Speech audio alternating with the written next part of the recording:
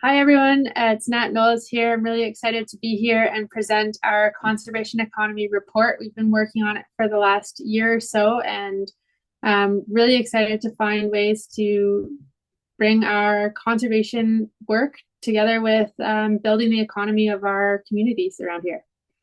And here's my presentation, South Georgian Bay's Conservation Economy Report.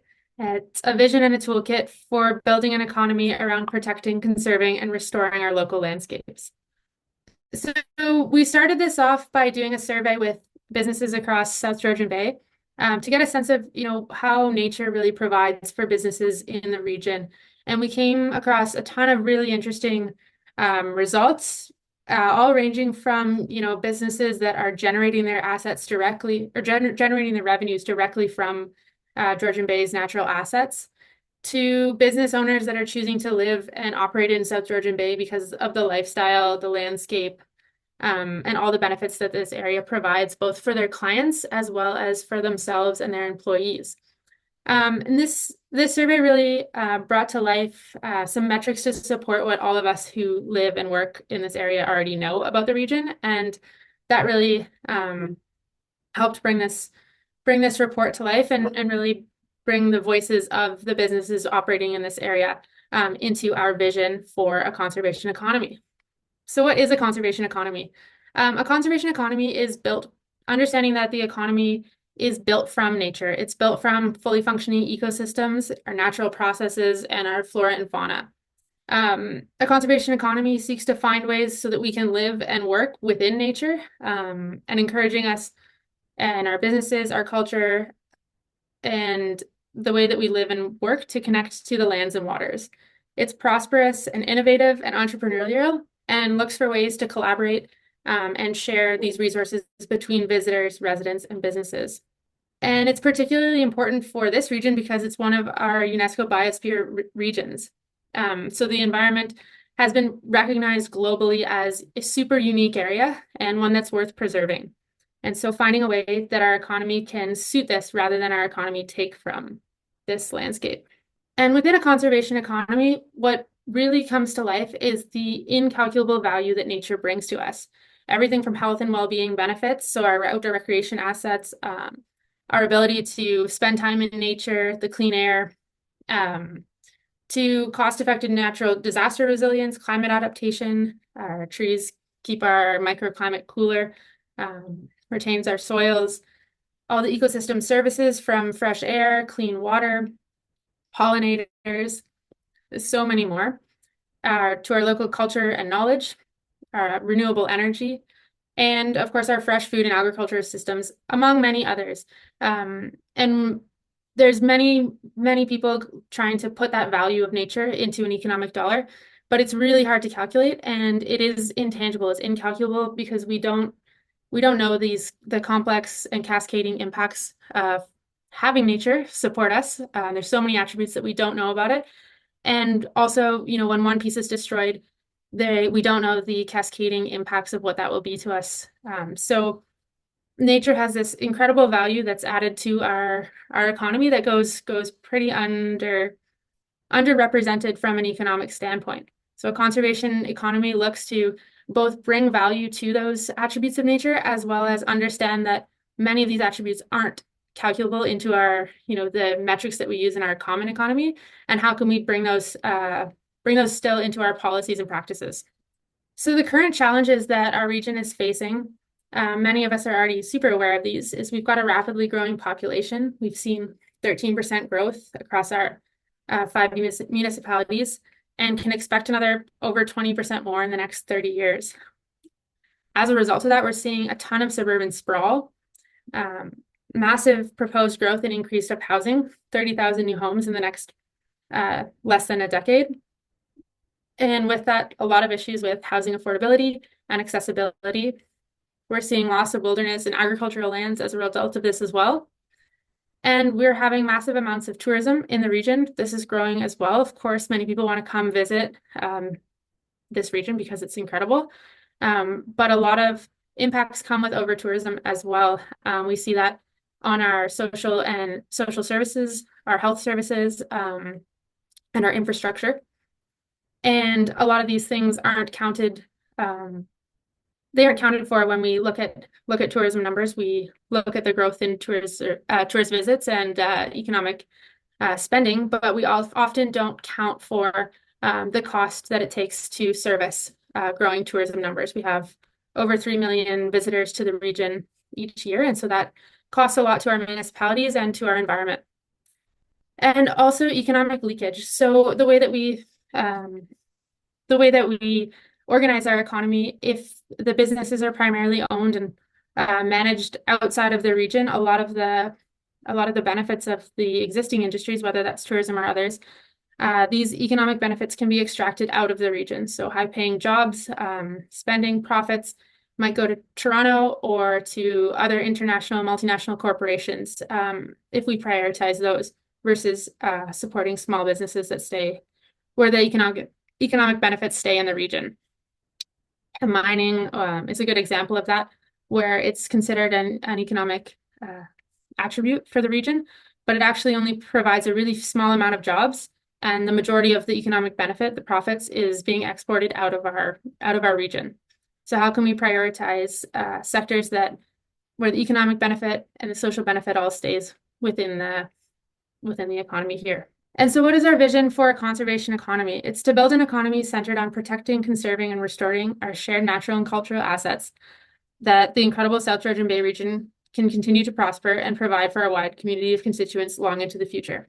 And so within that, we've looked through what our economy is and can be so that we can continue to do that. And so we've got a lot of unique experiences, products, and services that we can continue to prosper off of and support and develop in a way where we're contributing to the ecological health of the region, and that in itself is then supporting the growth of those sectors and industries. So we're seeing a massive integration of adventure tourism and outdoor recreation in the region. This has been a pivotal draw to the area, and generally what brings most people to this area. And the more that we can support trails and outdoor activities, the more those activities can then contribute to conservation of the region as well. Indigenous cultural tourism is a growing one, and one that we can support the cultural heritage of the region, support the land that and the people who originally inhabited here, while bringing economic benefits to the wider community as well.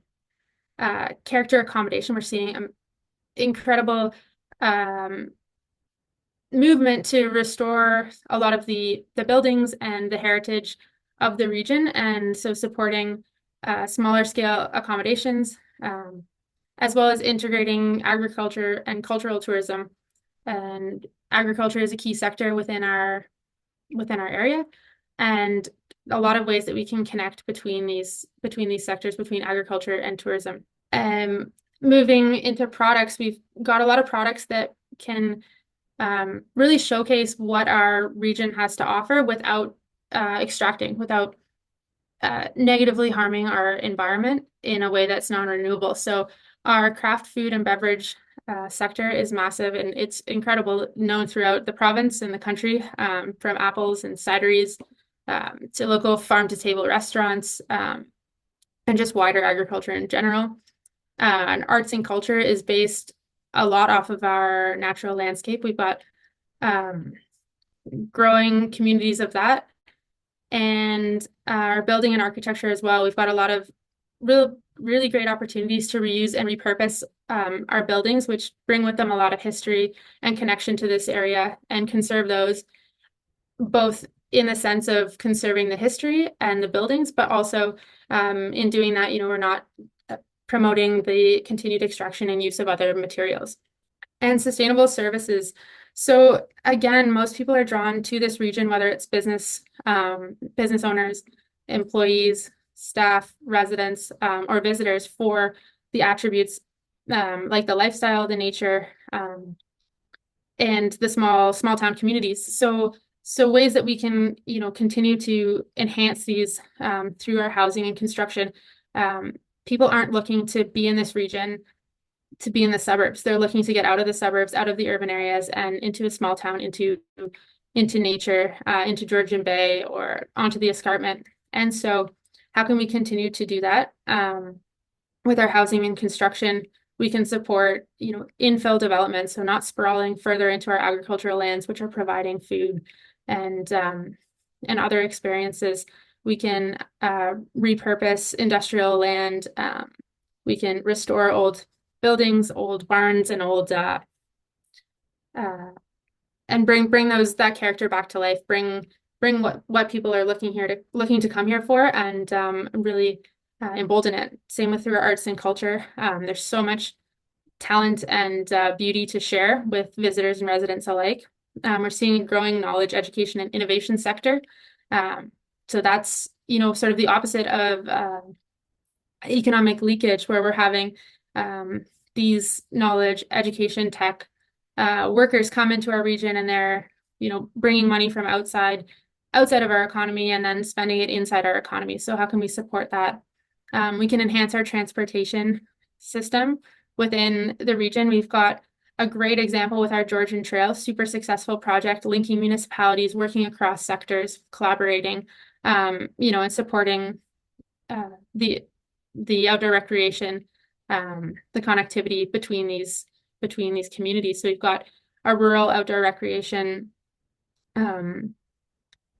region that we can connect better, so that people are traveling in more sustainable ways, that they're visiting businesses, off the beaten track, not, sort of back road breweries, back road restaurants, and exploring more of the region, and then our healthcare and well-being. So we've got the growing outdoor recreation and adventure type activities, and a lot of supporting services are growing in the region as a result. And so these healthcare practitioners, our massage therapists, physiotherapists, are all of these really are also dependent on nature, and because we've got this constituent of people who are looking to recreate outside, spend time outside doing these activities. So all of these are really dependent on and can help bolster conservation in the region. And so when we look at these, we realize that our stakeholders for a conservation economy are quite broad. They go from everything from construction to healthcare, to outdoor recreation, to tourism, to farmers. So bringing this vision to life really, really involves everybody, all citizens of the South Georgian Bay region. And we have this opportunity to sort of choose our path forward, and we can continue to focus on, growth for growth's sake, and just more is better, whether that's more development or more tourists, or we can think strategically and we can choose, what is our threshold? Who are we looking to bring to the region? Which sectors do we want to support, subsidize, put policies forward surrounding? And if we choose the sectors that are dependent on nature, then those sectors are going to help support conserving nature. And in a cyclical way, that'll help collaboration and contributing to the conservation of our landscape, rather than extracting from and taking out of it.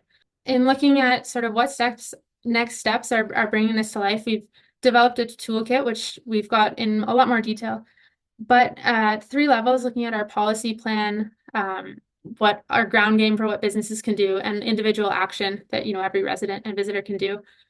We really see that everyone can be part of this conservation economy. So in looking at policy, planning, and regulations, we can protect and conserve our natural spaces and agricultural lands. We can think about ways to strategically strengthen tourism. So focusing on that, the demographic of tourists that are going to support our local businesses, support our conservation initiatives, and share our values. We can enhance those outdoor recreation infrastructure to ensure that we're not having ecological damage, that we're able to get to our outdoor recreation sites. We can promote responsible development, so really working to fill in our existing homes, reduce vacancy, develop within our urban areas or community areas, and save our wilderness and agricultural lands. And we can commit to a conservation economy, so thinking beyond just GDP growth and number of jobs, to the quality of these jobs, the contribution to well-being, the contribution to ecological health, and biodiversity, climate, and considering all of these as aspects of our economy when we evaluate the success of industries and of our policy and planning in general. When we talk to local businesses and organizations, how can they actively be part of our conservation economy? A lot of our businesses and organizations have space where they can do on-site conservation and sustainability work, whether that's planting trees on the land outside of out of a business, or changing some supply chain to really shift so that they are having sustainable products within their business. So much that can be done, and we've got a list of sector specific opportunities for that. But then thinking more broadly across our local businesses, there's so much opportunity for cross-sector and cross-business collaboration, whether that's drawing links between our agriculture and our tourism industries. So we've got farm to table options. We've seen such success in our farmers markets and bringing stuff directly to the consumers. We can share employment or housing opportunities, especially, with our very seasonal economy. So our winter activities versus our summer activities, and how can we do some collaboration across those so that we're having consistent employment, solid housing for the employees that are driving those industries. And then we can engage and educate our employees and staff. So there's lots of opportunities. Georgian College offers a bunch of different sustainability, Indigenous training programs. We can have green committees that work across businesses, and also ensure that all the people working in our sectors are able to talk to clients and share these ideas and what is going on within the businesses and how they're part of the conservation economy with the wider clientele that they face. And then on an individual action, there's so many ways that we can all get involved. So exploring the landscape, joining the communities that are using the landscape, whether that's a hiking or skiing or biking club. We can buy and support our local businesses, specifically choosing those over, like I said, those businesses that are, extracting from our region. We can engage and educate employees and support our staff initiatives. We can plant wildlife in our own backyards, so planting native species, trees, pollinator species, gardens, local foods, and sharing those. Those of us that have access to land, placing it under conservation easement or other protections so that further development can't happen on it is really, really great and can offer tax benefits. So those are available for both wilderness lands as well as agricultural lands. And that can really, really help bolster the conservation and the connectivity of our ecosystems across the region. And then we can promote the South Georgian Bay conservation economy. So speaking to our local politicians, council people, to ensure that policies that are in place or that are getting put in place really promote this idea of an economy that gives back and regenerates to the landscape and the people in a circular motion, and supporting local conservation initiatives, as well as directing neighbors and visitors to our conservation economy as well, so we can all be stewards and ambassadors for this destination, for our community. And that's just a quick overview of our conservation report. There's so many more details. I wish I was there in person to continue the conversation with all of you here. I know everyone will have an amazing time and so much learning and sharing in the next couple hours. But if anyone has any questions, feedback, or wanting support on how they can, bring this to life in your daily life or your business, I'm more than happy to talk about it and keep things moving in the right direction. Thanks so much for listening.